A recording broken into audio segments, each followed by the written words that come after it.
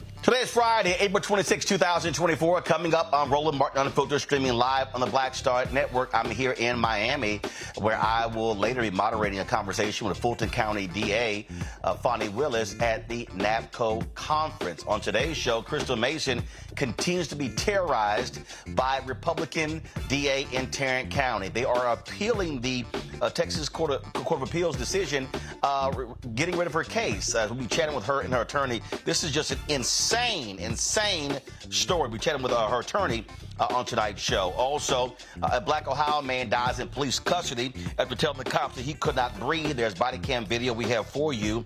Also, big tobacco successfully pays off a lot of black folks that's keeping the Biden administration from banning menthol cigarettes. We'll talk to the co-founder and co-chair of the African American Tobacco Control Leadership Council about this devastating decision. Also, the Prime Minister of Haiti has stepped down. We'll chat with a foreign policy expert about what this means for the country.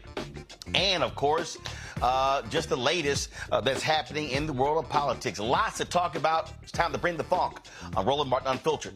On the Black Star Network, let's go. He's got it. Whatever the miss, he's on it.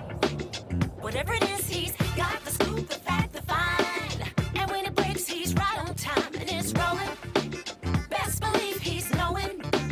Putting it down from sports to news to politics. With entertainment just for kicks, he's rolling.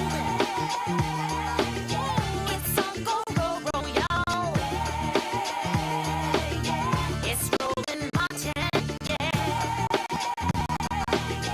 Rolling with Roland now.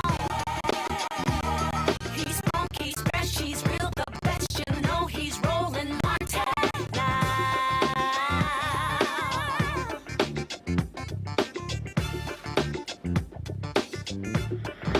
Martin.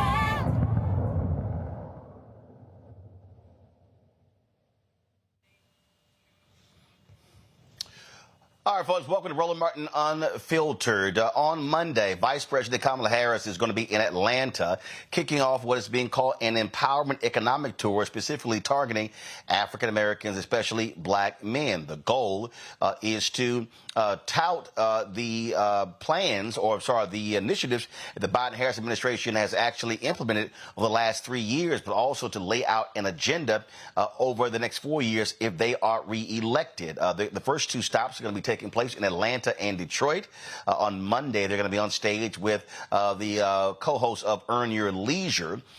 This, of course, is one of the issues that you see taking place, how they're using the vice president traveling around the country, speaking to the issues. She's a lot more active, obviously, than President Joe Biden is. And so this, of course, is a significant issue because by starting in Atlanta, they're focusing on what's happening there, of course, economically for African Americans, historically Detroit, and then they're going to be adding other cities to this tour over the next few months. Let's go to my panel. I want to talk about this here.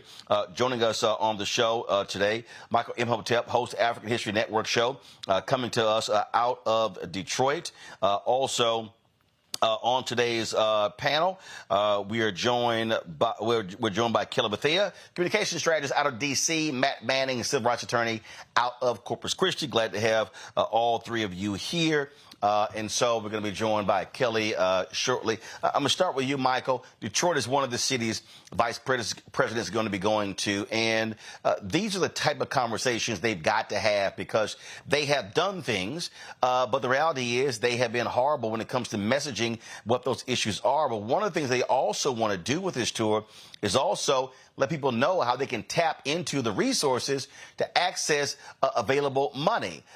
Again, we're in campaign season, and this is them trying to address the economic issues that are important to African Americans.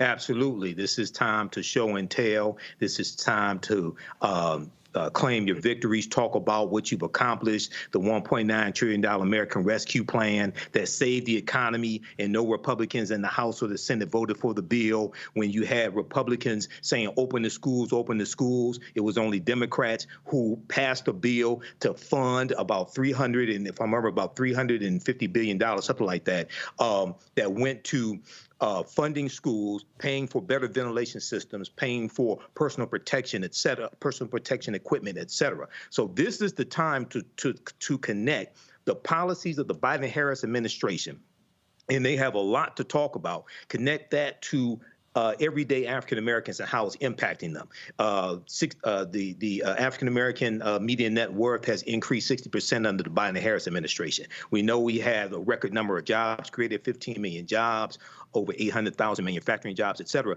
But also another important thing to connect is connecting people to the resources, connecting people to the available money. The reason why all this exists is because 16.9 million African Americans, along with other Americans, voted for Biden-Harris, especially here in Detroit. And the reason why it's important to hit Detroit, Atlanta, and other key cities that have high African American populations is, one, these are cities that help put Biden-Harris over the top. Two, Donald Trump is specifically targeting these cities like Philadelphia, Detroit, Atlanta, Milwaukee that have high African-American populations and saying we need to watch those people, we need to watch those cities, and saying somehow we engage in voter fraud, but he's the only candidate that told his constituents to vote twice.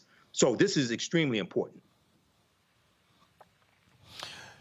Matt, I've long said that they have to be doing these type of things. We saw the vice president, of course, on the reproductive freedom tour. But this here, you have to be speaking to the core audience.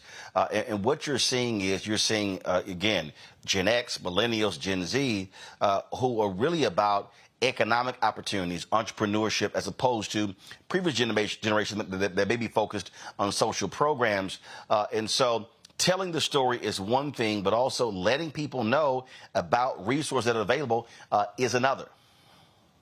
It is. It's especially important when you're in an environment where I think we've discussed on the show, there are a lot of Americans who have a feeling that the economy is in worse shape than it is by actual economic metrics. So it's important for the administration to not only put minds at ease in terms of where the economy is, but to correlate with that, here are resources to help improve your economic situation and to show that we're in fact concerned about making sure you have the needs of your needs met. So I think what's important about that is, what we see a lot of times with political rhetoric is we see correlation to phenomena that aren't even in the control necessarily of the politician, but they're going to take credit for it. And here, there are a lot of things that the Biden-Harris administration should be taking credit for. I think it's important that they go on that tour trumpeting that success. Particularly, I know when you were talking to Michael being from Detroit, I think I saw the other day that Detroit valuations of homes, correct me if I'm wrong, is like significantly higher in the last year than it's been in a very long time. That's the kind of thing you have to go and say, Black people, this is what my administration has done for you. This is the consequence of our policy. And this is why you should give us another 4 years of a go here in the White House, because we're working for you. And the fruits of our labor are things like a significantly increased housing market in Detroit. So they've got to go, because the reality is if they don't do that, the narrative will be controlled by the other side, where they're either through misinformation or cherry picking certain data, they will try to paint a picture that's not necessarily true. So they've got to control the narrative in this circumstance.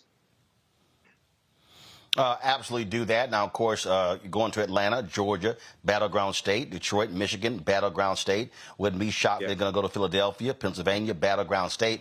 But I would also, and I wouldn't be surprised if Charlotte is on that list, North Carolina, battleground state, Milwaukee, Wisconsin, battleground state. But I also would hope it would go to a place like Houston. Although that's in Texas, that could be beneficial to Congressman Colin Allred's bid running up for the United States Senate against Ted Cruz. But you also are going to a place where you have a significant Black entrepreneur class there as well. You got HBCU, Texas Southern University, Prairie View is only 50 miles down the road. So I think all of those are critically important. And so I would really hope this is going to be an expansive tour that is taking the message around the country, speaking to what has been done, but also what they're planning to do over the next 4 years. It's one thing to say what we've done, but you also have to have an agenda for what we want to do if getting reelected. Let me go to a break. We come back. We're going to talk this case out of Texas that simply will not go away. For 8 years, Crystal Mason has been terrorized by the Tarrant County District Attorney's Office. Yes, I'm calling it terrorized. And here they now are going to appeal. They're going to appeal a Texas appeals court's decision to throw out her case. This is literally one of the dumbest things I've ever seen in my life, and how they are just terrorizing this black woman is beyond shameful. We will talk to her attorney next on Roland Martin Unfiltered on the Black Star Network.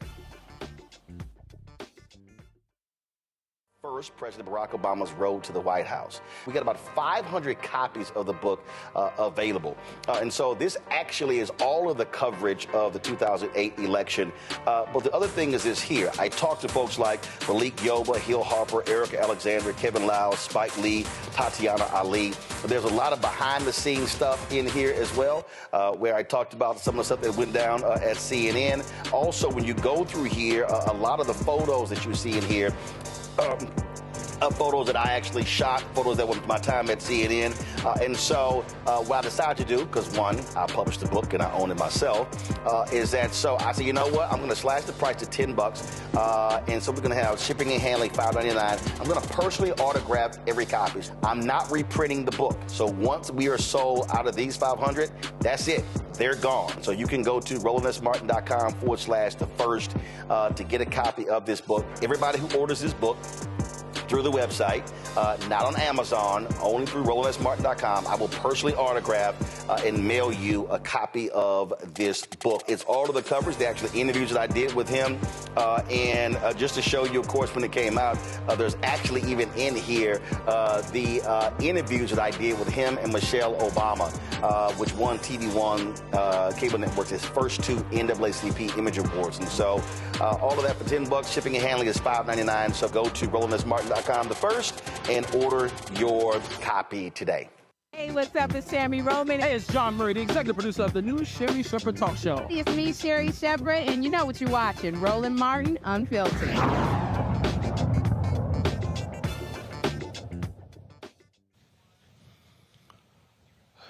When we say a Republican Party, they don't like black people, this is a perfect example of that. This Tarrant County District Attorney's Office, they have announced that they're going to be appealing last month's ruling by the Texas Appeals Court that overturned the Crystal Mason's 2018 conviction for illegal voting. Now, Crystal Mason was on federal probation for a felony conviction in 2016 when she voted in an election with a provisional ballot. Now, she says she didn't know she could not vote. This actually went to court.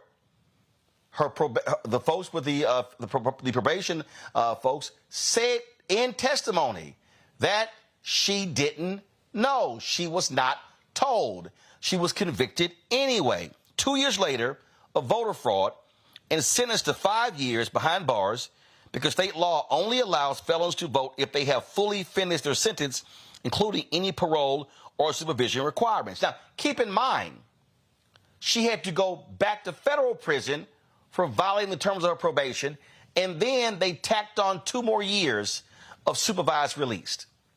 So although she has not gone to state prison, she did have to go back to federal prison because she was indicted. On March 28th, the Texas Second Court of Appeals overturned Mason's conviction because she didn't have, quote, actual knowledge, unquote, that she couldn't vote while on federal supervised release in a tax fraud case. Now, I want to read for you the statement because this is important before I go to her attorney. And it shows you how sadistic and shameful these folks are in Tarrant County, Texas.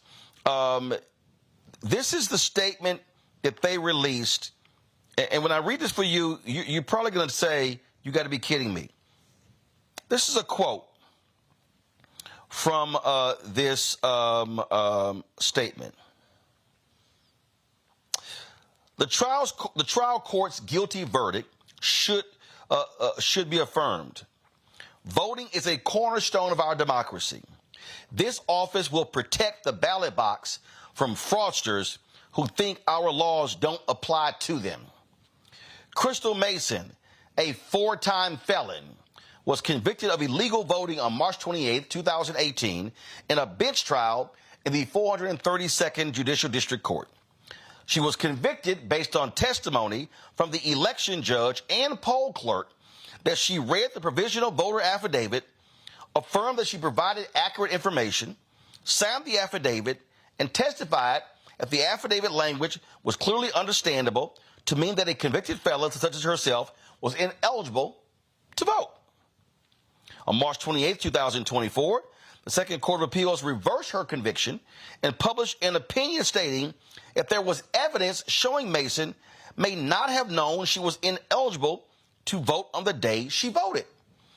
The Second Court of Appeals failed to give proper deference to the trial court's guilty verdict and reweighted the evidence in favor of Mason. The Second Court of Appeals misapplied the sufficiency standard of review by not viewing the evidence in the light, y'all gonna love this here, by not viewing the evidence in the light most favorable to the trial court's verdict, in contravention to binding precedent for the Texas Court of Criminal Appeals. The Second Court of Appeals publication of its opinion creates the very real risk that future sufficiency cases will likewise be wrongly analyzed and decided. This office requests that the Texas Court of Criminal Appeals grant review in this case, reverse the Second Court of Appeals decision, and affirm the trial court's guilty verdict. That's from the Tarrant County DA's office. Kim Cole, Crystal Mason's attorney, joins us right now. Kim, hate to have the fact that we're talking to you again about this case. This has been going on for 8 years. And for people who don't understand, she filed a provisional ballot. The ballot was not even counted. So it wasn't like it actually was included. That's one. They also lie in this statement, Kim, by saying that, oh, she knew this, she knew that. And then they also lie by saying that once there was evidence showing Mason may not have known she was ineligible. This is according to the court. So they're trying to say that they're wrong. There was testimony. Wasn't there actual testimony by a probation officer who said no one told her she couldn't vote? Correct? That is absolutely correct, Roland. And it wasn't just the probation officer. He was a supervisory probation officer. He was over all the probation officers. And he testified on the stand, and this was their witness. This was not Crystal's witness. This was their witness that they called to the stand, and they asked him point blank, didn't you tell her that she was not eligible to vote? And he said, no, I did not. They conveniently leave out the fact that, they point out that she filled out a provisional ballot, filled out her, correct information. Yes, she did. Filling out a provisional ballot is not illegal. And then they go on, if she didn't think she was eligible to vote, or she knew she wasn't eligible to vote, who would put their right name on there, the accurate information? Who would sign the ballot if they knew they weren't eligible? She didn't know. And yeah. And what bothers me here, again, I love this line here, that they misapplied the standard because they should have only reviewed evidence in light most favorable to the trial court's verdict. That's not their job. Their job is to look at the verdict, the prosecution, and the defense, weigh the evidence. So basically, the Tarrant County DA is saying, oh, y'all should overlook anything that doesn't make us look good. And that's essentially what they're saying. Unfortunately, the hypocrisy is real, because we've seen time and time again that they have absolutely ignored precedent. Otherwise, we wouldn't be where we are right now with the Roe v. Wade situation, with affirmative action, and numerous other precedent that has provided and expanded rights for minorities. So the hypocrisy is real, right? But that is, unfortunately, the standard, that anytime there is an appeal, they are to view the evidence in the light most favorable to the upholding the verdict. However, that doesn't mean be ignorant. and they did not prove their case. Their witnesses contradicted each other.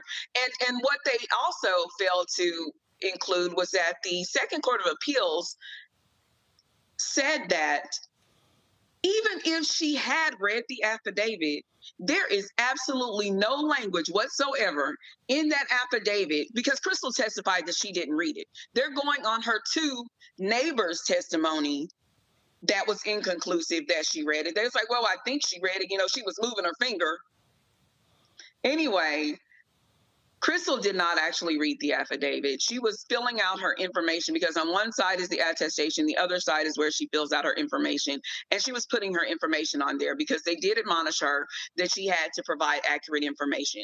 And she made sure everything matched up with her driver's license. And so, that being said, even if she read it, there's nothing in the provisional ballot affidavit that says that if you are A, B, C, and XYZ, you are not eligible to vote. Nothing in there. So how would she have known? Here's what's also interesting. I mean, here's the deal. So she was convicted of tax fraud. She was inflating returns for her clients in terms of preparing their taxes. Okay, that's why she went. But when we read their press release, Crystal Mason, a 4-time felon. Wasn't that tied to the same case? And so they're trying to give the impression that, oh, this is a repeat offender. This woman is a menace to society. Yes, that is absolutely. They have continued to persecute and disparage her. Here, what they failed to.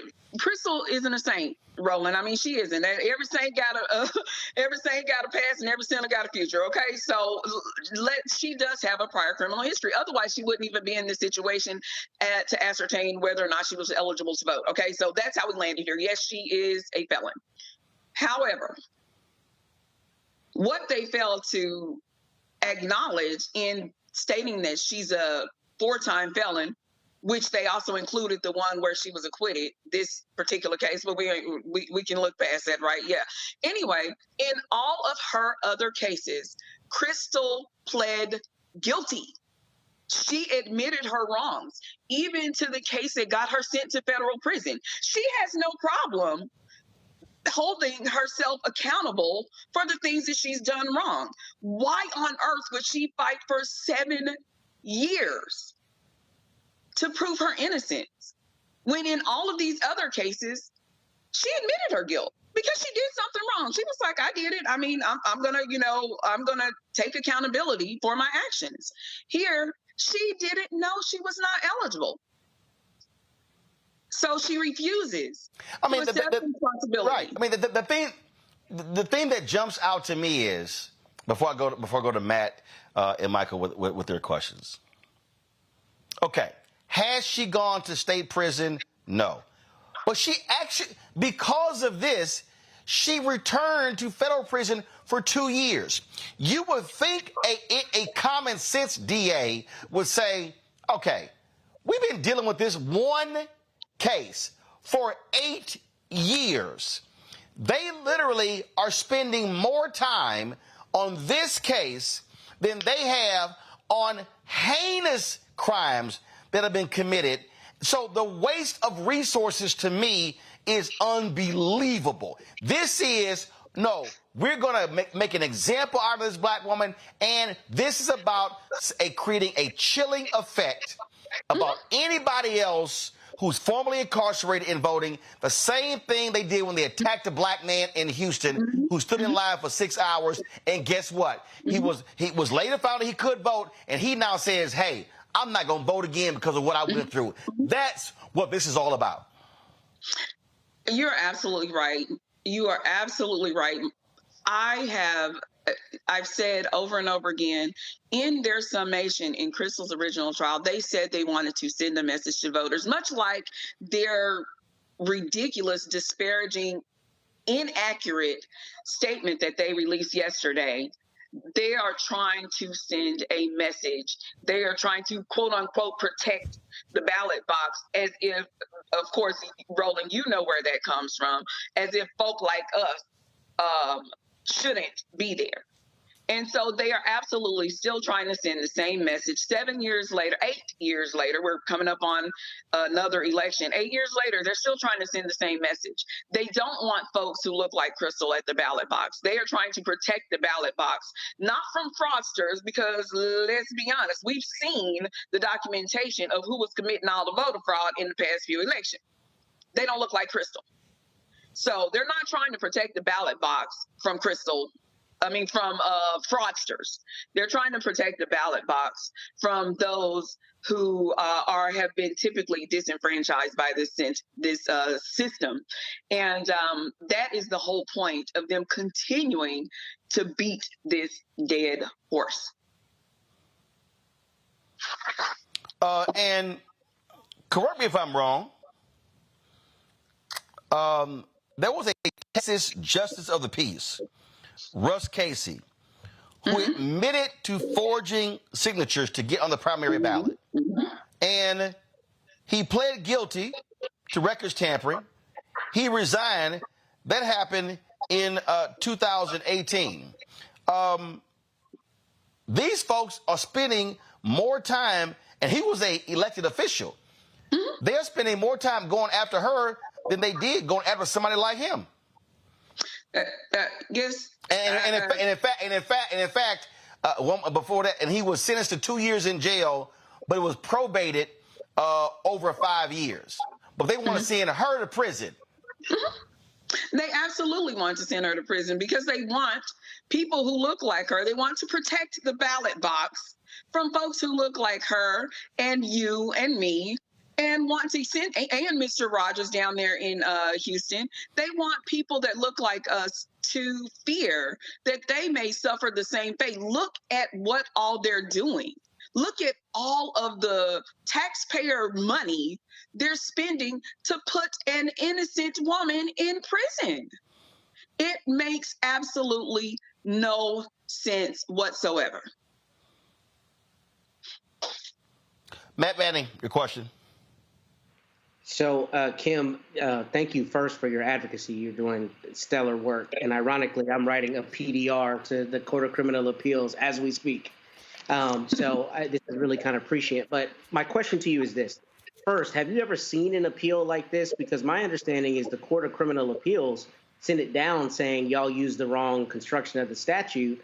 And the opinion that came out of the Second Court of Appeals was determining the sufficiency of the evidence. So as far as I see this is purely political.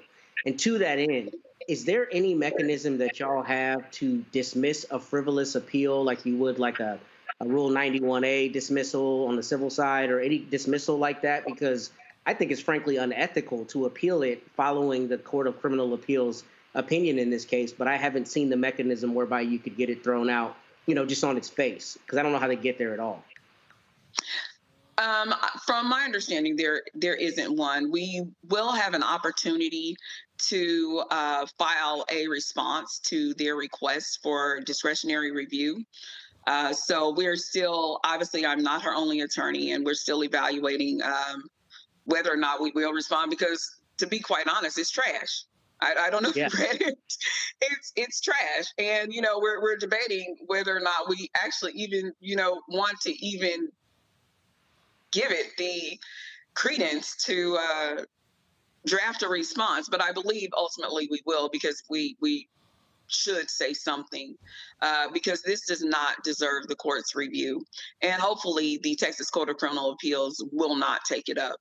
But no, I don't believe there's any mechanism like on the civil side where we can just get this out of here, please. This doesn't even require one moment of your time. I mean, I think this is sanctionable, arguably sanctionable conduct, because it's so rare that you have the top court, and Roland, for all the viewers, the Court of Criminal Appeals in Texas is like our criminal Supreme Court. Mm-hmm. So this is basically the criminal Supreme Court saying, y'all got it wrong below, look at it again, them acquitting following that instruction, and then this Tarrant County DA still trying to press the issue because he doesn't want to lose in the court of public opinion. But the court has already said what it is. So, I mean, to me, it's sanctionable because I don't think there's an ethical basis on which to advance this appeal. Anyway, my thoughts.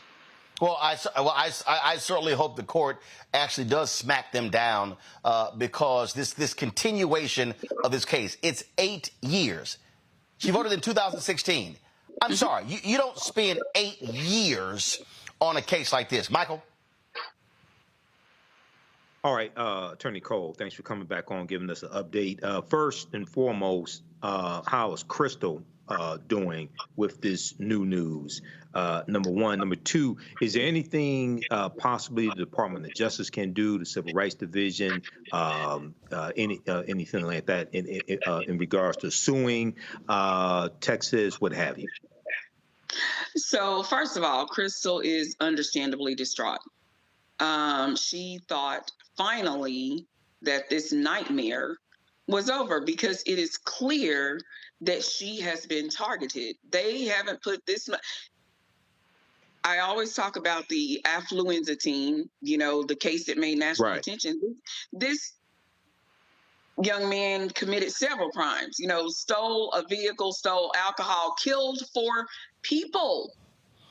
And they did not advocate him going to prison. Crystal filled out a form. That's it. She filled out a form with accurate information. She didn't lie on the form.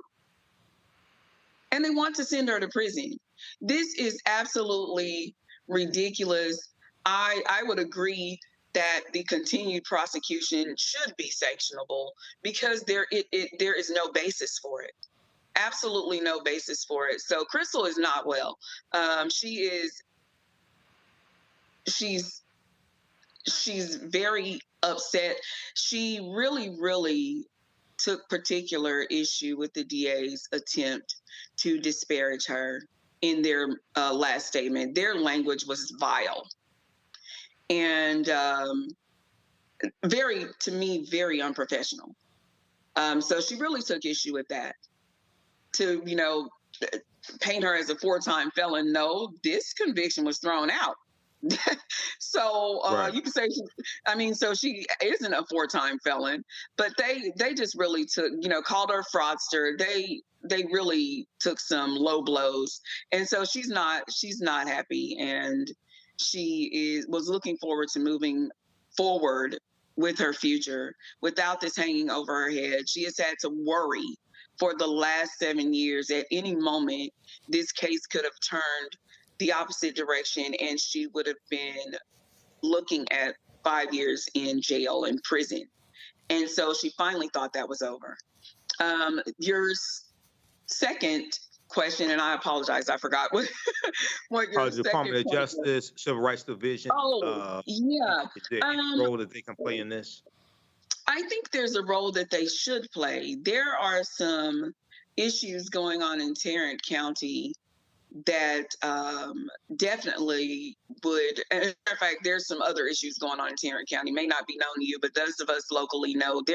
I actually am drafting a DOJ complaint, not in regards to Crystal's case, but in some other infringements of rights there in Tarrant County. So the DOJ should definitely step in and actually make a move in Crystal's case too. Typically they don't get involved in pending cases, but they definitely should look at Tarrant County's prosecution, period. Not just in Crystal's case, but in their criminal prosecution, period, because I guarantee you Crystal's case is the tip of the iceberg as far as this malicious prosecution goes. Wow. All right. Thank you. It is just, again, it is shameful. To me, it is utterly ridiculous. And again, they are terrorizing this woman. That's what they're doing. Their behavior is an abomination. And I really believe that civil rights groups and others should be showing up at the Tarrant County Commissioners meeting, condemning the DA, demanding the commissioners do an audit of their department, to waste resources, to waste taxpayer resources, going after this one woman for 8 years is nuts. And I really do hope that folks in Tarrant County and Fort Worth are loudly protesting this district attorney, calling him out and demanding he answer to this, because this just makes no sense whatsoever.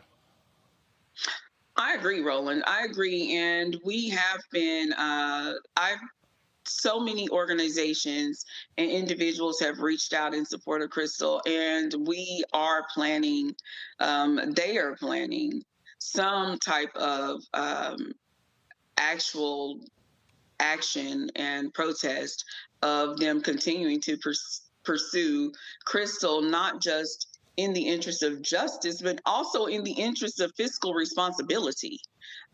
They're spending taxpayer dollars on a political narrative. And that's not how the taxpayers want their dollars spent. I would think if there are funds allocated toward fighting crime, they would really prefer that they pursue people who have actually committed crimes. Absolutely. Attorney Kim Cole, we certainly appreciate it. Thanks a lot. Thank you, Roland. All right, folks, got to go to a break. We come back more on today's show. Lots to talk about, lots to cover. Support us in what we do, folks. Be sure to join the Bring the Funk fan club. Your dollars make it possible for us to be able to do what we do, this show and the others on the Black Star Network. Our goal is to get 20,000 of our fans contributing on average $50 each. That's $4.19 a month, 13 cents a day. If you want to join the Bring the Funk fan club, send your check and money order to P.O. Box 57196, Washington, D.C., 20037-0196. Cash App, $RM Unfiltered, PayPal, R Martin Unfiltered, Venmo's RM Unfiltered, Zelle, Roland at RolandSMartin.com, Roland at RolandMartinUnfiltered.com. Be sure to download the Black Star Network app, Apple phone, Android phone, Apple TV, Android TV, Roku, Amazon Fire TV, Xbox One, Samsung Smart TV. We'll be right back. Fanbase is pioneering a new era of social media for the creator economy. This next generation social media app with over 600,000 users is raising $17 million, and now is your chance to invest. For details on how to invest, visit startengine.com/fanbase or scan the QR code. Another way we're giving you the freedom to be you without limits. Now streaming on the Black Star Network. I was just in my backyard. I was manifesting about life. I said, I would love to come back because it was a great time, and these kids need that right now. They need that male role model in the schools, I think. Even on the TV. Because people are scared to go into the high school. You know, the high school, you know what I mean? I would love to bring it back, and I think we can bring it back. You know, what do you think? I think we'll ask the people. I would ask your people. We'll do a poll. Y'all want to hang him, Mr. Cooper? Yeah, I say, let's go. We all look good. You know, Holly looked good. You know, Raven looked the same. Marquise, Don Lewis. It'd be funny to have the bullshit you see out there on TV now. God damn. What the fuck? What happened to TV? Damn. It's some... I'm like, oh my God.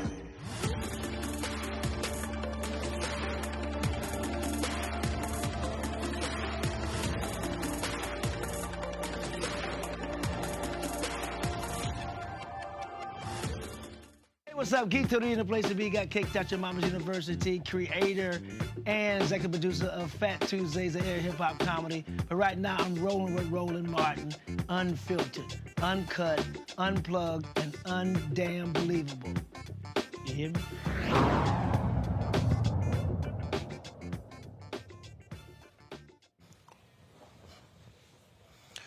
Well, the tobacco lobby spent a lot of money,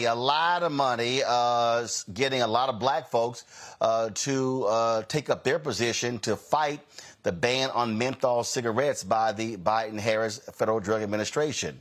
Well, it looks like that was money well spent. Today, the Biden-Harris administration announced that they are not going to be banning menthol cigarettes. This was the recommendation of the FDA. Many folks thought this was going to actually go on till next year, but the administration, again, has not provided a timeline for a final decision on the ban. Health advocates say a decision should have been made by January 20th for the ban to be in effect by 2025 because the FDA, the agency behind the ban, will need a full year for full implementation.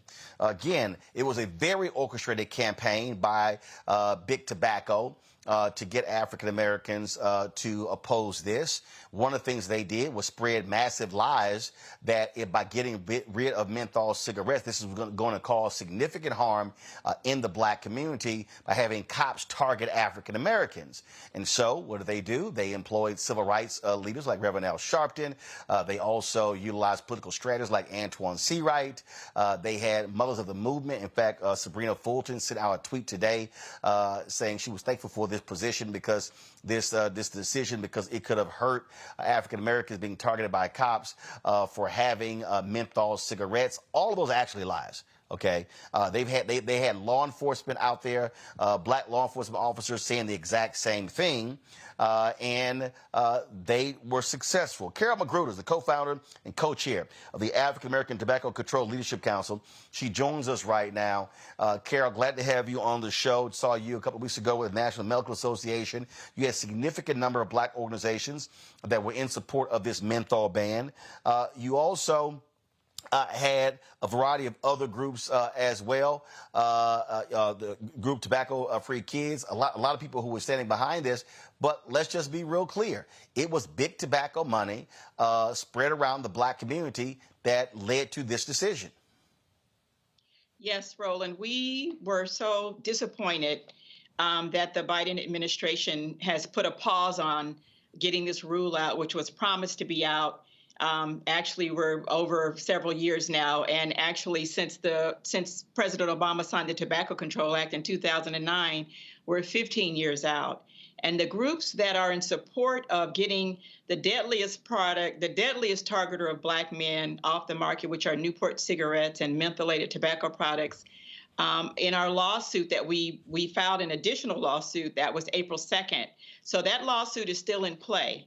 And this will not be the first time that black people have had to throw themselves at the mercy of the court to be protected when our own government will not stand up and do the right thing and protect us. So our co-plaintiffs in the lawsuit are ASH, Action on Smoking and Health, the National Medical Association, our nation's African American doctors, and the American Medical Association has rejoined our lawsuit just today, as a matter of fact. So it's a sad case, a sad day when our nation's doctors have to sue the federal government to compel them to do what should be a public health decision and not a political decision.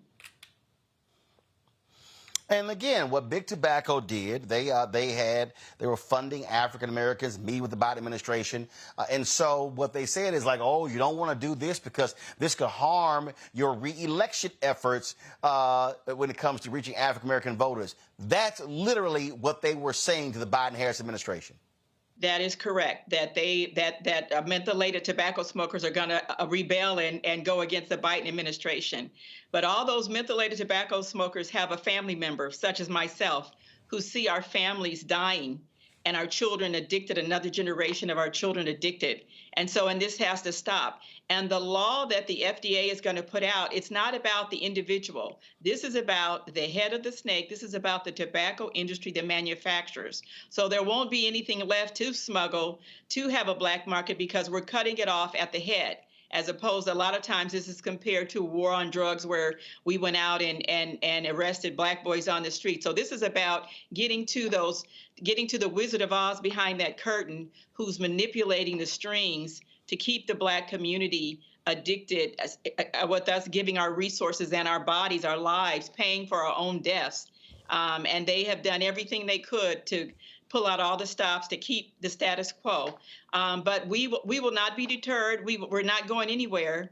And this is a fight that the thinking people of our population, the National Association for the Advancement of Colored People, Delta Sigma Theta Sorority Incorporated has 2 resolutions supporting this.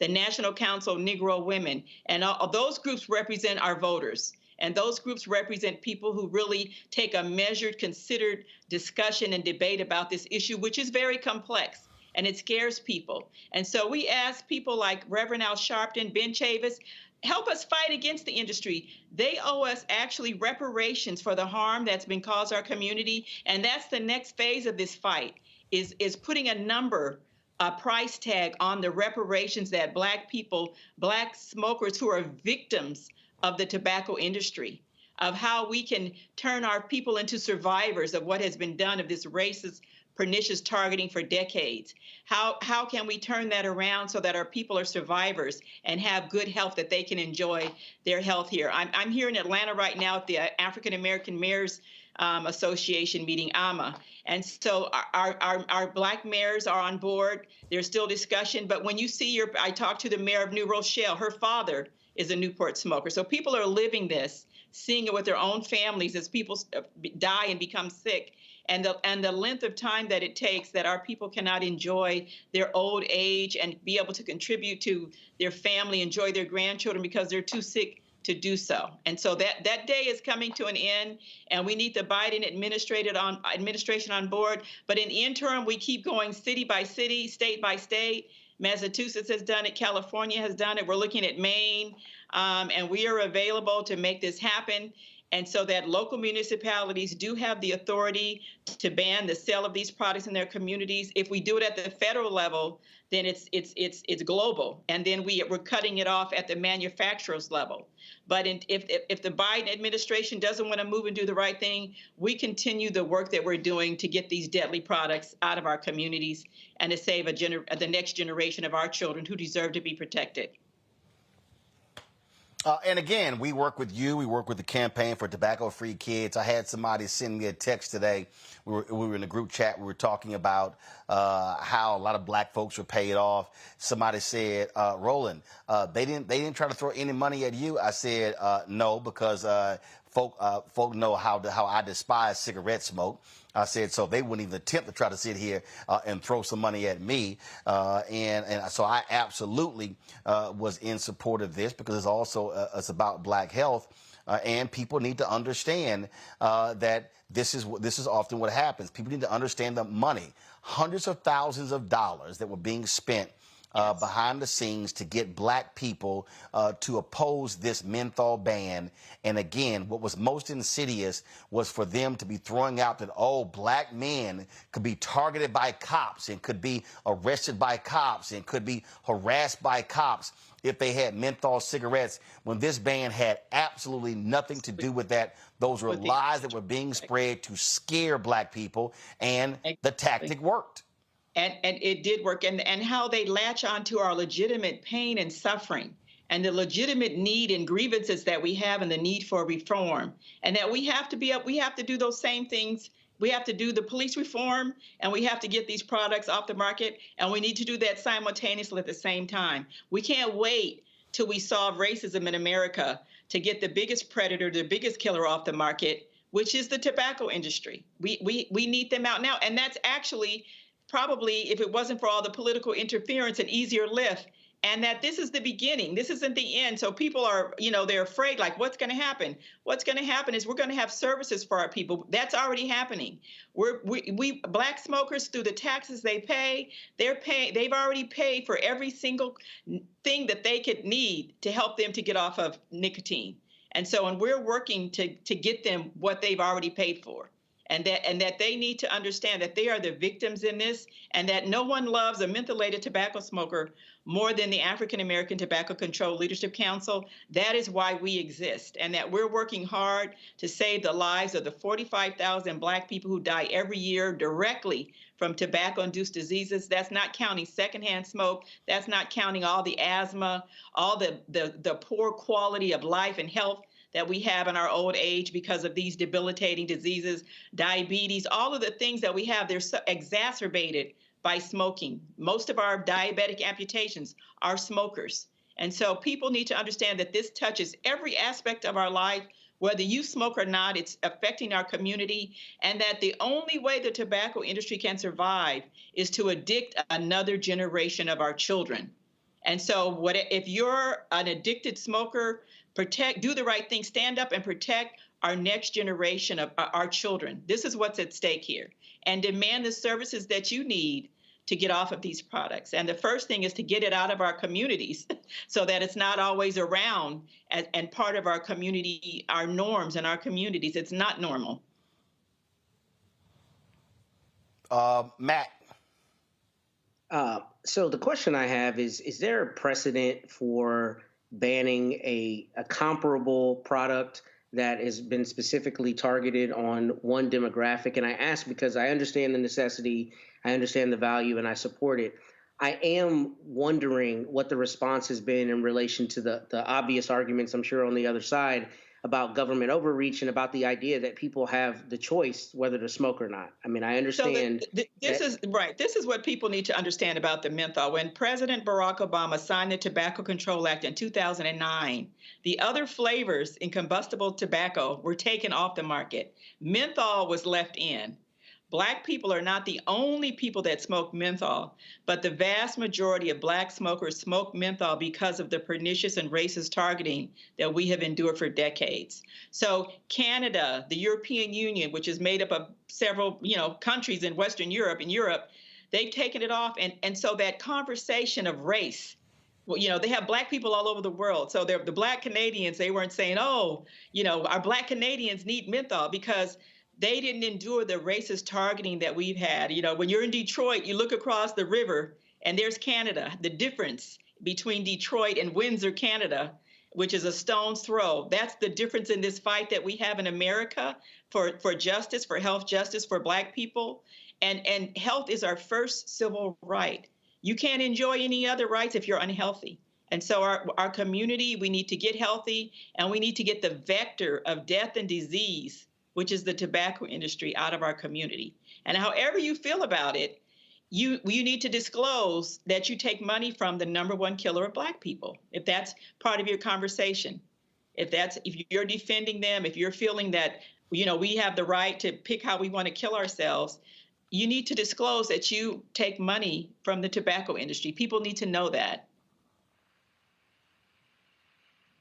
Michael.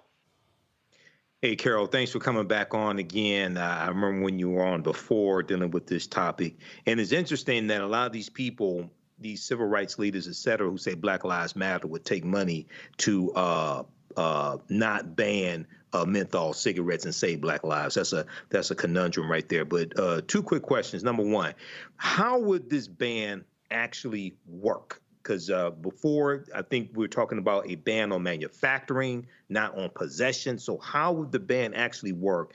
And two, where can people go to get factual information on what the proposal is, what the proposed ban is? Those are great questions. So our website, which is savingblacklives.org, savingblacklives.org, you can go on our website and you can sign up to get all of our email on our e-blast. We have sometimes links where you can go and sign in and sign up and let your congressperson know how you feel. The Campaign for Tobacco-Free Kids, they have a lot more resources than they do. So they already have the forum up right now where you can write your congressman to tell them how you feel about this. So that they're a great source of information, the Campaign for Tobacco-Free Kids. They have all of the cities and states that have already enacted legislation to take these products off the market. So how this works in different ways. On the FDA level, the tobacco companies, they would still be allowed to actually manufacture in this country, but they could only export, which is another issue because we're allowing them to export death to someone else.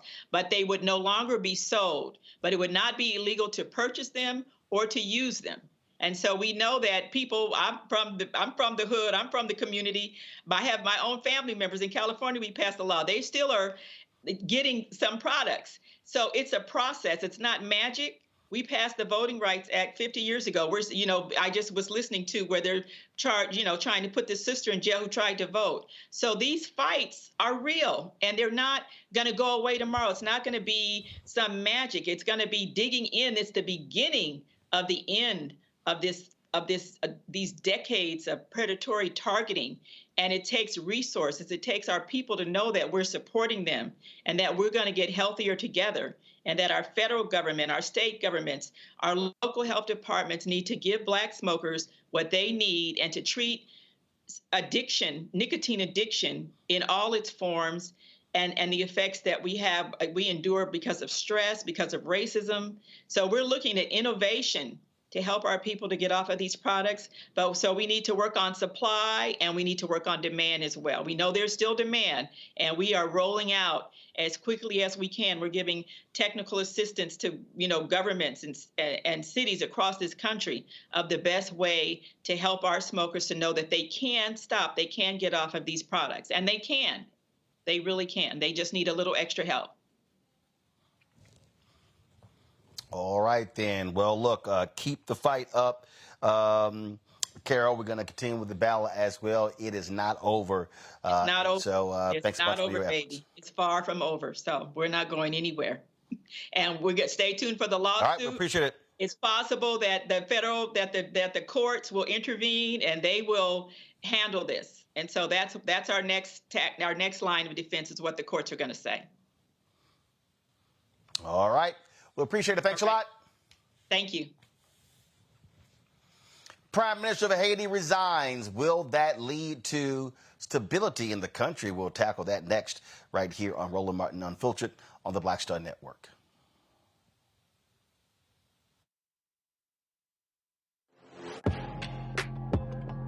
A lot of y'all have been asking me about the pocket squares that we have available on our website. You see me rocking the Shibori pocket square right here. It's all about looking different. Now look, summertime is coming up. Y'all know, I keep trying to tell fellas, change your look, please. You can't wear athletic shoes every damn wear. So if you're putting on linen suits, if you're putting on some summer suits, have a whole different look. The reason I like this particular pocket square, the Shibori, is because it's sort of like a flower and looks pretty cool here versus the traditional boring silk pocket squares. But also I like being a little different as well. So this is why we have these custom-made feather pocket squares on the website as well. My sister actually designed these after a few years ago. I was in this battle with Steve Harvey at Essence, and I saw this at a St. Jude fundraiser. I saw this feather pocket square, and I said, well, I got some ideas. So I hit her, and she sent me about 30 different ones. And so this completely changes your look. Now, some of you men out there, I had some dudes say, oh, man, I can't wear that. Well, if you ain't got swagger, that's not my problem. But if you're looking for something different to spruce up your look, fellas, ladies, if y'all looking to get your man a good gift, I've run into brothers all across the country with the feather pocket squares saying, see, check mine out. And so it's always good to see them. And so this is what you do. Go to RolandSMartin.com/pocket squares. You can order Shibori pocket squares or the custom-made pocket squares. Now, for the Shiboris, we're out of a lot of the different colors, and I think we're down to about 200 or 300. So you want to get your order in as soon as you can, because here's what happened. I got these several years ago, and the Japanese company signed a deal with another company, and I bought them before they signed that deal, and so I can't get access to any more from the company in Japan that makes them. And so get yours now. So come summertime, when I see y'all at Essence, y'all could be looking fly with the Shibori pocket square or the custom-made pocket square. Again, RolandSMartin.com/pocket squares. Go there now. Hey, what's up, y'all? I'm Devon Frank. I'm Dr. Robin B., pharmacist and fitness coach, and you're watching Roland Martin Unfiltered.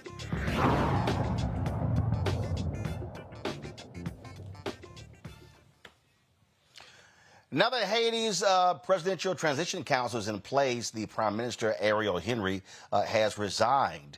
The 9-person council, comprised of 7 voting members and 2 observers representative of Haitian political parties and civic society groups, was inaugurated at Port-au-Prince's National Palace on Thursday. They will spend the next several months trying to create stability in the Caribbean country that violent gangs have overrun since the 2021 assassination of Haitian President Jovenel Moïse. Johanna LeBlanc, partner at the Adomi Advisory Group, has served as a foreign policy advisor to the Haitian government and recently served as a senior staffer in Capitol Hill. She joins us now to discuss what happens next. Johanna, glad to have you here. So, look, at the end of the day, they've got to get a hold of security. You cannot have these gangs controlling the country, but that also means having some sense of stability. Who can actually lead this country to a sense of normalcy? Thank you, Roland. It's always a pleasure to join you. So now that the Presidential Council has been installed, The next step will be to appoint a prime minister, and then the prime minister will create a cabinet of ministers.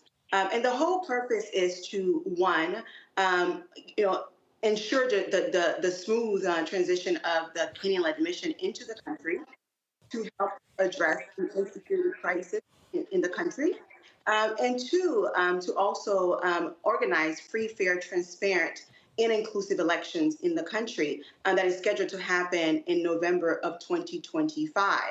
But there are a lot of concerns. The people on the ground are concerned about the Kenyan-led mission coming into the country, and rightfully so, because previous interventions in the country have failed greatly. In particular, when the United States occupied Haiti for over 20 years.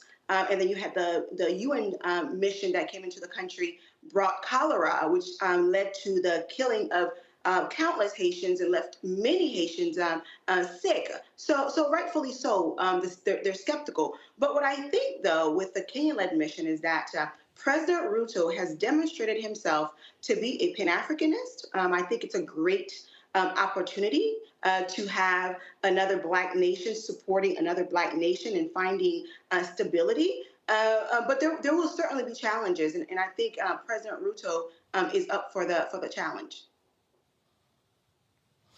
Yeah, a lot of challenges, but also you have all of these conflicting parties, and it's like, you know, how will folks be satisfied if you can put leadership in place that will act from a presidential level, prime minister level, from a government level to get things going? Because it just seems like, you know, Haiti is in a constant state of drama and instability and insecurity. Yeah, since 1986, the country has dealt with severe instability. You're absolutely correct. And the country is on its knees. Haiti, something that I think that's important for the viewers to understand is the role of Haiti in the liberation movement. Haiti, as the first Black independent country in the world, its independence was not just about Haitians liberating themselves from the oppression and suppression of France, but it was also about liberating other Black folks, right? So a year after the country gained its independence, it amended its constitution to make it such that anyone who is Black who were to step foot on Haiti's soil will be considered free. A white man could not own land in the country nor be a slave master. So those sort of laws severely undermined the notion of white supremacy, and Haiti had to pay a price for that. One, the reparations and the billions of dollars to France, and the United States did not recognize Haiti as an independent state for over 60 years. And beyond that, Haiti helped with the independence of many countries across the region. So now Haiti has helped its friends, its neighbors. Haiti is now on its knees, and it is time for the rest of the world to support Haiti. And this is why I welcome President Ruto's mission into the country.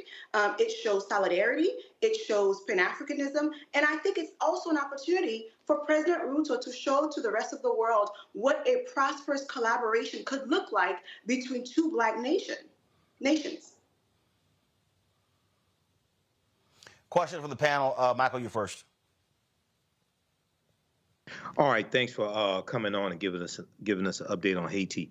I had two quick questions. One is, can you explain the purpose of the gangs ousting Ariel Henry, number one, Prime Minister Ariel Henry, and we know they released about 4,000 gang members prisoners from prison as well, number one. And number two, understanding the history of the U.S. involvement in Haiti and destabilizing Haiti, stealing $500,000 worth of gold in 1914, the Marines, and then ruling Haiti for 19 years.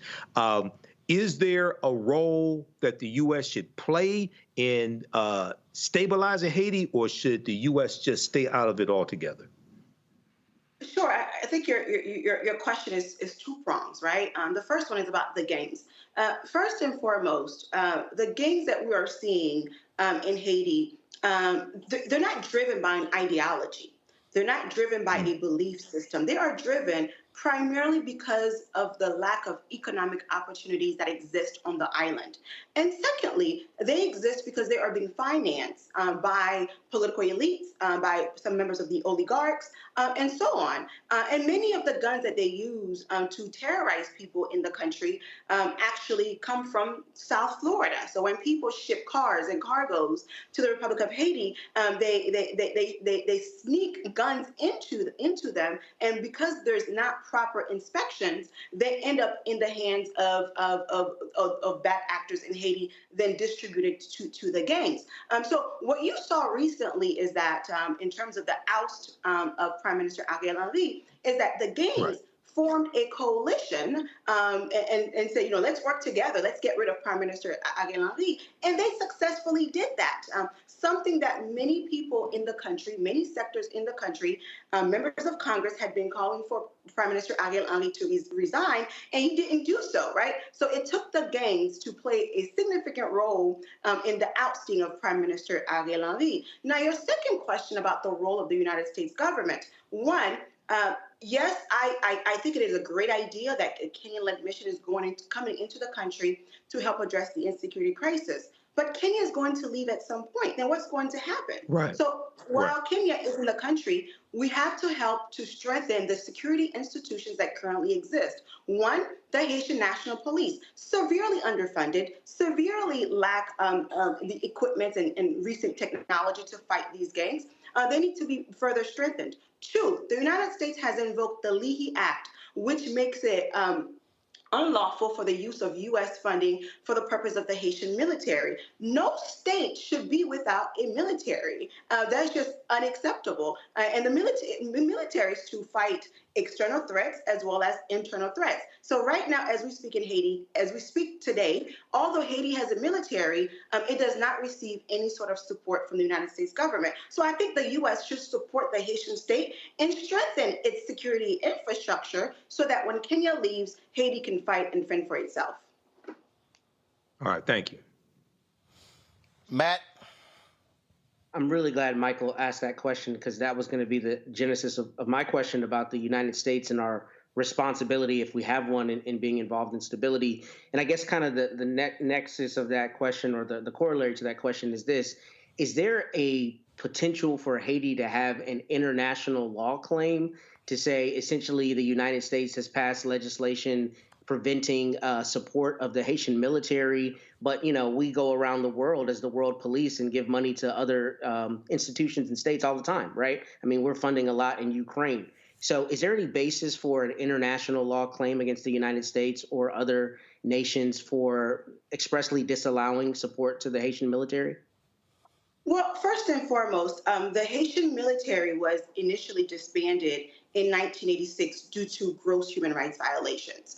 And as you know, the United States Congress does not fund militaries that commit human rights violations, which some of us will say completely hypocritical, because there are other nations that we know that have committed gross human rights violations and remain to and continue to receive funding from the United States. But what happened is that in 2017, the Haitian army was recreated with new entities, with new parties, with new individuals that have not been accused of any sort of human rights violation. So the question is, why isn't it that the United States is not lifting the Leahy Act so that the use of U.S. funding could be used for the purpose of strengthening the Haitian National Police? But beyond the security infrastructure in Haiti that needs to be strengthened, we need to look at the economic conditions of the country. Many of these challenges that we see is caused by lack of jobs. More than 60% of the Haitian population is unemployed, and about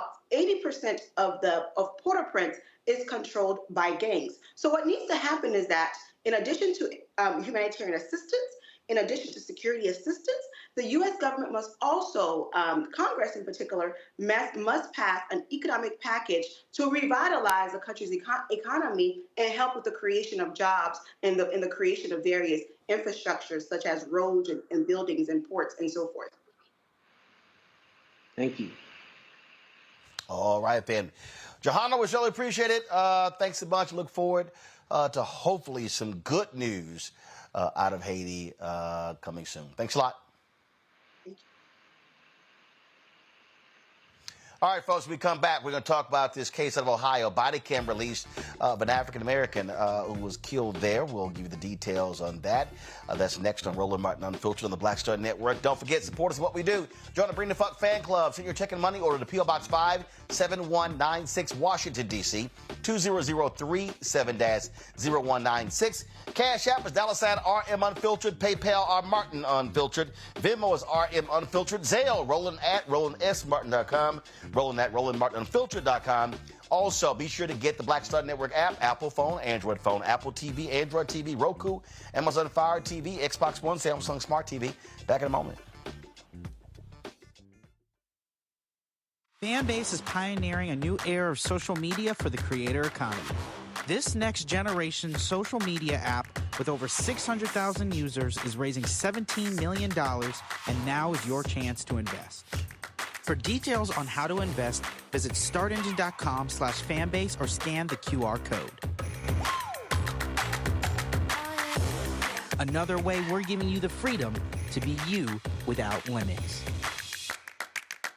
On the next Get Wealthy with me, Deborah Owens, America's Wealth Coach, have you ever had that $1 million idea and wondered how you could make it a reality? On the next Get Wealthy, you're going to meet Liska Askalise, the inventress, someone who made her own idea a reality and now is showing others how they can do it too. Positive, focusing in on the thing that you want to do, writing it down, and not speaking to naysayers or anybody about your product until you've taken some steps to at least execute. Liska Askalise on the next Get Wealthy, right here, only on Black Star Network.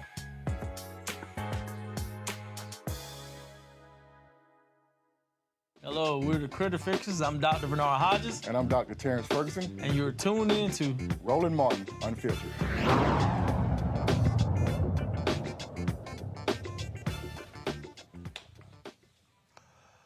The body cam video of a handcuffed black man in Ohio has been released on April 18th. 53-year-old Frank Tyson was involved in an accident. Police found him in a Canton social club near the crash. The struggle began when the officers tried to grab Tyson, who said repeatedly, "They're trying to kill me," and called the sheriff. As he was taken to the floor, the cops restrained Tyson, with one placing a knee on his back, prompting Tyson to scream that he could not breathe. Officers told Tyson he was fine and he needed to calm down. The cops were joking with bystanders and leafing through Tyson's wallet before they checked on him. When an officer commanded Tyson to stand up, he did not move. It was then they rolled him over and realized he was not breathing. The body cam video is over 30 minutes long. What we're about to show you is an edited version done by a local affiliate. There are some audio drops in this version, so here we go. He's in the VFW. He ran in there. He ran in where? Right now, yeah, and his car's right there. All right. Yeah, he's in the VFW right now. The white that's in the VFW. Birch, you want to come with me?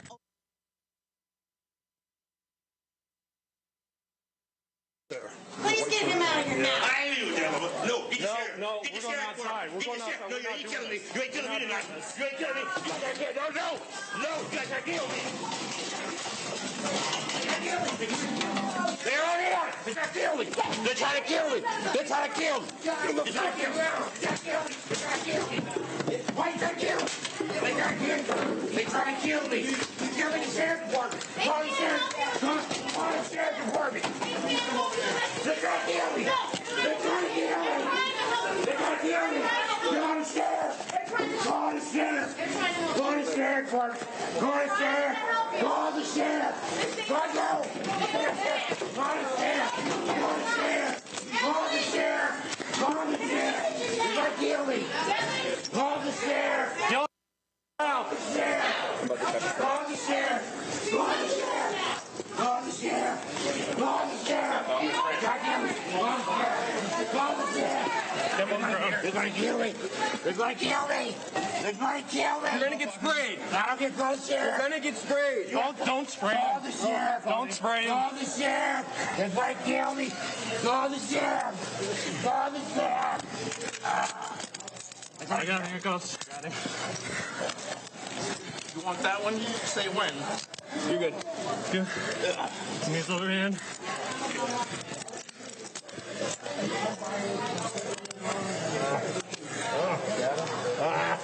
Get out of me.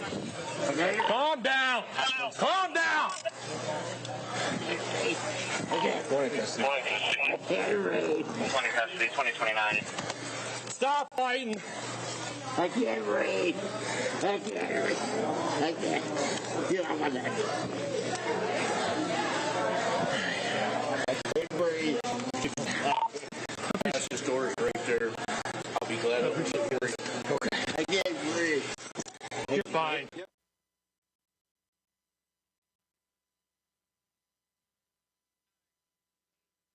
I thought he was here to pick up the to-go order. I've always wanted to be in a bar fight. I don't know if this counts. Hey, chalk it up.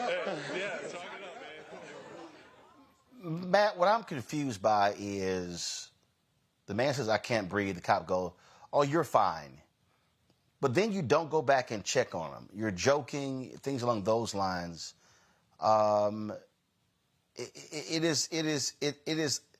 It literally makes no sense to me. You have that many officers around and you don't actually check on the person who's in handcuffs. Absolutely, especially in the wake of George Floyd and some of the other cases that we've had. I mean, I would think any self-respecting police officer would be going above and beyond, especially when somebody particularly says that they can't breathe. I think they'd go above and beyond to ensure that the person is, safe, that they're in good health, and that they're not in any kind of medical peril. So here, I think that you have a big issue with that. I will tell you, the rest of this contact, I think, is going to be difficult in this case in particular, because I think what they're going to say immediately is that there was resistance, and that doesn't mean that the force that they used was justified. But this is going to be, I think, a difficult case because of the inception of the contact as between the police officers and this gentleman. But once he's on the ground, once he's subdued, the fact that they're not rendering medical care, I think is going to be a problem, particularly because we've recently seen cases where paramedics have been convicted, right, of not providing medical care timely. So I'd be interested in seeing if the criminal authorities have looked at this case for a criminal element on that, in that regard. To that particular point, Michael, that again, the arrest is one thing. The lack of care and compassion after he is handcuffed is another. Yeah, it is. And looking at that video, yes, he was resisting arrest. Yes, it took force to arrest him. It appears he may have been intoxicated as well.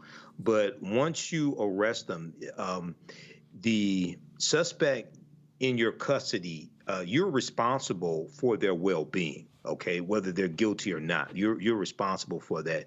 And according to the article from NBCnews.com, it says that Frank Tyson laid on the floor motionless for more than 5 minutes before police checked him for a pulse, and he laid on the floor motionless for about 8 minutes before CPR was started on him. Okay, so they're standing around, not checking for a pulse, not caring for him, even if he was guilty of everything that he's accused of. Okay, so there was a lack of care. There was a callousness here. And then it also had said that an officer appeared to have his knee on Frank Tyson's upper chest for about 30 seconds as well.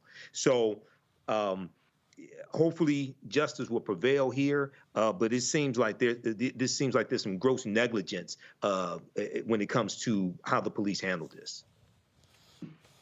Well, you talk about justice. Let's go to Colorado, where the paramedic who injected Elijah McClain with a deadly dose of ketamine avoids prison. He was convicted in the case, Jeremy Cooper. He had faced up to 3 years in prison after being found guilty in a jury trial last year of criminally negligent homicide. He was the one who gave the dose of ketamine to 23-year-old Elijah McClain. Yet the officer has been sentenced to probation. The mother said, quote, eternal shame on all of you. So, we talk about justice, Michael, but okay, fine. A guilty verdict is one thing. This this paramedic, he gets off. He gets probation. Elijah McClain is dead. Yeah, this sounds like another case of white privilege. I think he should have gone to prison. He was guilty. He needs to be held accountable. And also, when verdicts are rendered, when sentences are rendered, oftentimes they're not just to correct behavior and punish somebody for behavior, but it's also a deterrent for other people who may commit the same type of acts. So here, this is really saying that Elijah McClain's life had no value. Okay, even we know it did, but based upon the verdict, based upon the sentence that was rendered, apparently his life had no value. Matt? I'm actually going to take a different position on this. So I don't like any sentence that looks like a judge or a jury is going light in a circumstance that's tragic, such as this one and heinous. However, I will say, first, probation is not a cakewalk, particularly on the type of probation he got. There are a lot of probations here in Texas, for instance. You can get probation on a first-degree felony, and if you violate that probation, you're looking at the full range of punishment, 5 to 99 or life. So I tell you that to say, while people may want him to have gone to prison, probation can be extremely problematic if somebody doesn't adhere to it, and there's still a very big anvil hanging over a person's head, and that's actually what I'm writing a PDR about right now, which is asking the Court of Criminal Appeals to overturn a verdict on a client of mine who was convicted before I was his lawyer and is on probation and was revoked. So probation can be severe if a person is not handling it, and even if they are handling it, there are a lot of conditions.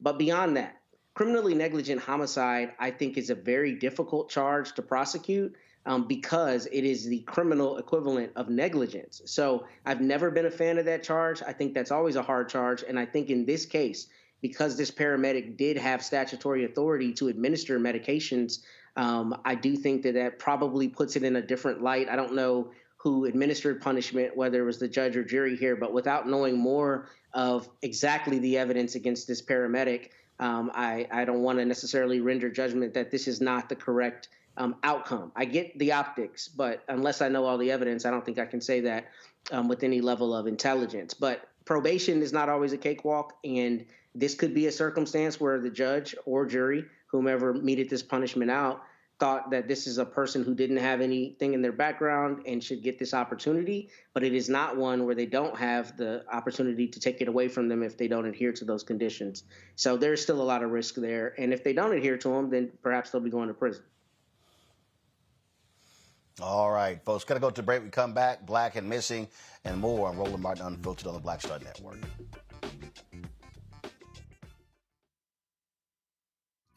Next on A Balanced Life, we're talking everything from prayer to exercise to positive affirmations and everything that's needed to keep you strong and along your way. That's on a Next A Balanced Life with me, Dr. Jackie, on Black Star Network.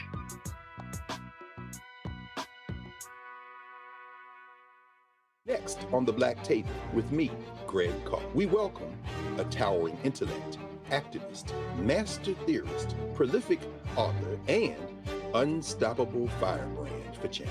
The one and only Dr. Errol Henderson joins us to talk about his new book, The Revolution Will Not Be Theorized, Cultural Revolution in the Black Power Era.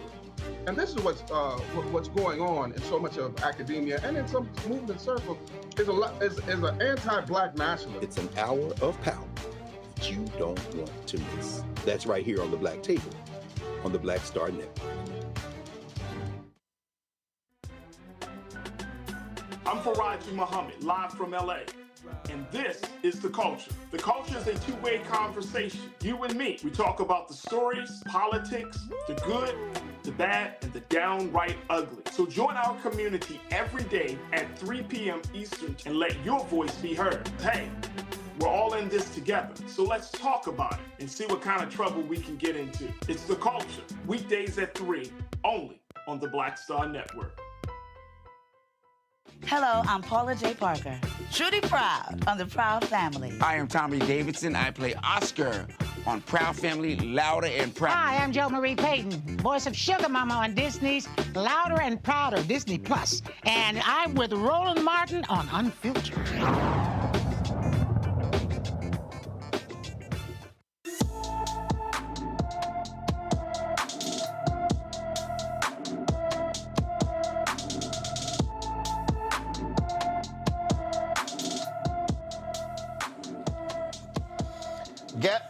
Gabrielle Troy has been missing from Stone Mountain, Georgia since February 26th. The 14-year-old is 5 feet 4 inches tall, weighs 130 pounds, with black hair and brown eyes. Anyone with information about Gabrielle Troy should call the DeKalb County Police Department at 404-294-2911, 404-294-2911. Wild story out of Baltimore for a Maryland high school athletic director has been charged with faking an audio recording of the principal making derogatory remarks about students and racially derogatory remarks about students and staff. Pikesville High School AD, 31-year-old Dejon Darian, was arrested for disrupting school activities after Baltimore County Police said he created the falsified audio recording of Eric Eisworth in January. The audio clip using the principal's voice went viral. The audio recording was a rant about teacher inadequacies, low test scores of black students, and complaints about Jewish families in the community. Police say Darian's motive was retaliation for an investigation of how he spent school funds. This here was an absolutely wild story, Matt. I remember when it came out, and now they're saying, dude, use AI to get back at the principal. This terrifies me. This terrifies me for all of us, for my clients. I mean, I don't know. I think we're going to get to a point pretty soon in society, and I think I've said it on the show before, where one of the things that concerns me about AI is us as a society and our ability to discern the truth from fiction. And, you know, there's a popular app, I think it's called Parrot, where you can put in what you want, you know, the presidential candidates to say, and it spits out a video that looks like it's, you know, Joe Biden or Donald Trump with what sounds like their voices saying whatever you've put in. I don't know how we are going to discern from what's real, between what's real and what isn't, without one, you know, brilliant people putting together software to be able to figure that out, I guess, or mechanisms to determine that. But from a prosecution standpoint, and even from just pure accusation standpoint, this is scary, because this is the kind of thing where it passes as real so easily that you don't know. And, you know, especially in a case like this, you can build outrage, you can disparage a person, you can kill their whole reputation on something that isn't real. So I see this being one of the concerns that I have about AI, and one of the concerns we've talked about on here, even despite all of its beneficial capabilities. Michael. Yeah, Roland, you know, this is a crazy story, and this is one of the concerns. I have real concerns about artificial intelligence, just like Matt does, because you can, one, when it comes to elections, presidential elections especially, but two, you can use it in retaliation against people to invoke anger and invoke people to take actions, to take matters into their own hands. And then after they've committed acts of violence, after possibly they have killed somebody, then they find out, oh, it was a hoax, oh, it was a fake. So, you know, one, there's going to have to be strong legislation and regulation of artificial intelligence. Here we have a situation where the technology is more advanced than the laws that regulate the technology is. Secondly, you know, when you do something like this, it makes people, for the next case where it may be something legitimate, it may cause people to be reluctant or hesitant to support that person who claims to be the victim, even if they are, when you misuse a situation like this to try to cover up something that you allegedly did. Absolutely. Unbelievable. And trust me, we're going to see more stories like this with AI becoming much more prevalent. Let's go to Texas, where a black Texas mayor running for re-election received a package with a noose and a threatening note. The Arcola police posted this on social media, asking for help finding out who sent this to Mayor Fred Burton. The note demanded that Burton drop out of his 2024 campaign. The threat comes amid a string of controversies during the mayor's campaign. Folks there, well, you know, look, somebody sending you a news, Matt, they pretty much are telling you exactly how they feel. Yeah, they are from Scranton, Pennsylvania. So Michael Scott and his progeny are, calling out this mayor. I didn't understand this at all. I read the article that was sent, and it looks like obviously this mayor has been a little embattled. Let me say first, there's no justification for this. It's not acceptable. They absolutely need to prosecute if they found who sent it. But what's very strange is if you look at the address on that package, it's from Pennsylvania. So I'm really interested in seeing if they're able to make a connection as to why somebody would be sending something across the country like that. But I guess this mayor has had some at least accusations of improper use of taxpayer money to investigate another city council person. And it's sad that in 2024, we still have to deal with this as Black people, that it's still this kind of racial vitriol. But I do know that the Postal Service has investigators who work for specifically this purpose. So hopefully they're able to track that and hold accountable whomever sent this to him. Yeah, and to that point, you send this in the mail. That's a federal crime, Michael. Yeah, it's a federal crime. We want to know who sent it, get to the bottom of this. I don't want to jump to conclusions also, because it could be a legitimate racial incident. I don't know. But at the same time, I remember back when, after Dylan Roth killed 9 African Americans in South Carolina, and there was a rash of Black church fires after that, and people associated the Black church fires with the killing. But when you do the research on those church fires, and I reported this extensively on my radio show and when I was on the Empowerment Radio Network, some of those church fires were maybe 2 or 3 of them were done by a Black man. Okay, so I don't have all the details here. We want the full investigation. It could be a white supremacist.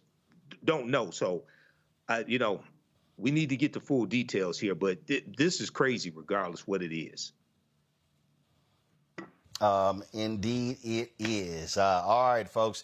Gents, that is it. I got to get out of here. I've got to participate. NAPCO, the group of Black county executives, they are meeting here in Miami, and I'm participating in a moderated conversation with DA Fonnie Willis, and so looking forward conversation. Let me thank Matt. Let me thank Michael for joining us today's show. Folks, let me thank all of you as well.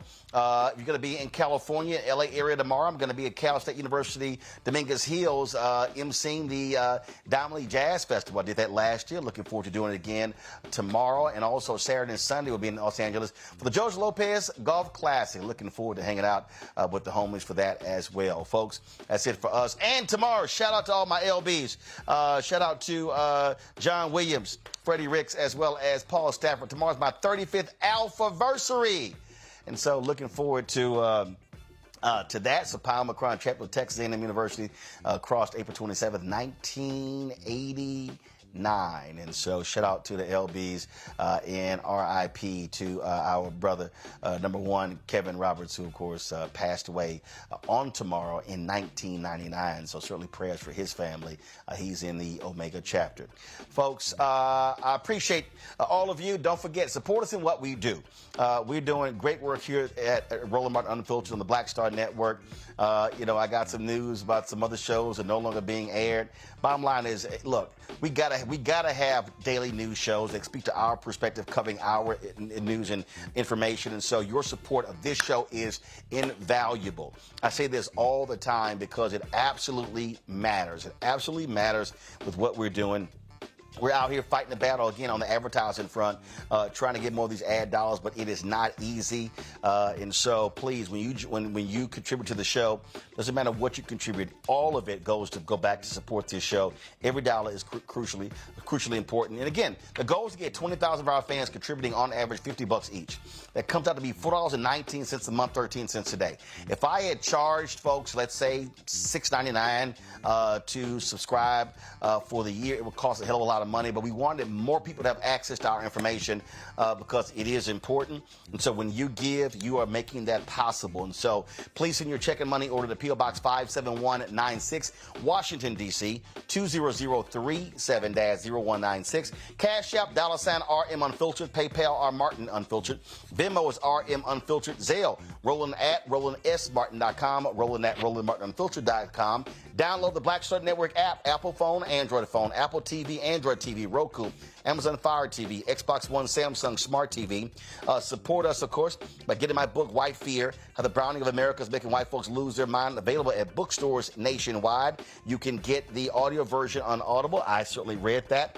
Also, got a fire sale going. I got 500 copies left of my book, The First, President Barack Obama's Road to the White House, as originally reported by Roland S. Martin. Of course, I'm going to be personally autographing every book. I see a bunch of y'all orders coming in, and so please get yours. Once we're gone, that's it. I'm not. You can't find this book on Amazon. Can't find it anywhere else.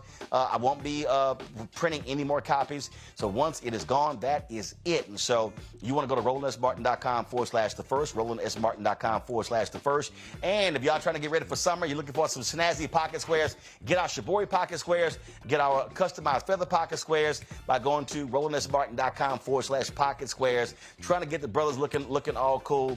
And so y'all definitely want to get that as well. All right, folks, that's it. I'll see y'all next week. Holla!